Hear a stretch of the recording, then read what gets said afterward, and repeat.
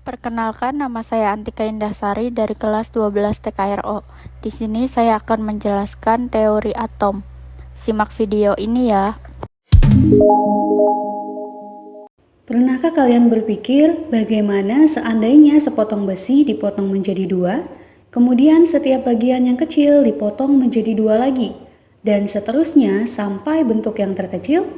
Kira-kira apa yang akan diperoleh? Pernahkah juga kita berpikir hamparan pasir di pantai yang dari kejauhan tampak seperti hamparan permadani, tetapi ketika didekati dan dipegang ternyata hanya butiran-butiran kecil? Nah, seperti itulah semua zat yang ada di dunia, yang juga tersusun atas partikel-partikel paling kecil yang menyusun zat yang lebih besar. Partikel-partikel terkecil yang menyusun setiap zat ini oleh para ilmuwan dikenal dengan sebutan atom.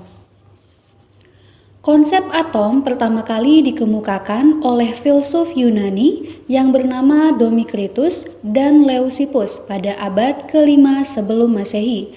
Kedua filsuf ini berandai-andai apa yang akan terjadi jika suatu benda, contohnya kayu, dipotong terus-menerus menjadi bagian yang kecil. Apakah akan selalu ada potongan kayu yang lebih kecil? Nah, kedua filsuf ini kemudian menyimpulkan bahwa jika suatu benda dipotong terus-menerus, akan diperoleh ukuran yang tidak dapat dipotong lagi. Nah, bagian terkecil ini disebut sebagai atom, yang berasal dari bahasa Yunani atomos, yang artinya tidak dapat dibagi atau invisible. Satu abad kemudian, seorang filsuf Yunani bernama Aristoteles mengusulkan konsep atomnya sendiri. Nah, berbeda dari dua filsuf sebelumnya, Aristoteles mengemukakan bahwa segala materi di alam tersusun atas 4 unsur, yaitu api, air, tanah, dan udara, yang kemudian dapat dibagi lagi menjadi lebih kecil sampai tak terbatas. Sampai di sini, para filsuf ini hanya sebatas merenungkan gagasan mereka tentang atom, tanpa melakukan pembuktian empiris dengan eksperimen. Meskipun demikian, konsep atom ini bertahan hingga ribuan tahun. Pemahaman struktur atom semakin berkembang seiring dengan awal perkembangan ilmu kimia modern. Nah, pencetus teori atom modern pertama adalah seorang ilmuwan Inggris bernama Dalton pada tahun 1803 sampai 1808.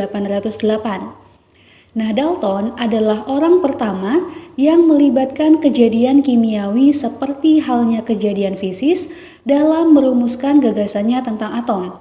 Dia mendasarkan asumsinya pada data kuantitatif. Dalton mengibaratkan atom sebagai bola pejal dan mengemukakan 4 postulat. Yang pertama, materi tersusun atas partikel-partikel sangat padat dan kecil yang tidak dapat dibagi lagi. Nah, partikel itu dinamakan dengan atom. Postulat yang kedua, atom-atom suatu unsur identik dalam segala hal, tetapi berbeda dengan atom-atom unsur lain.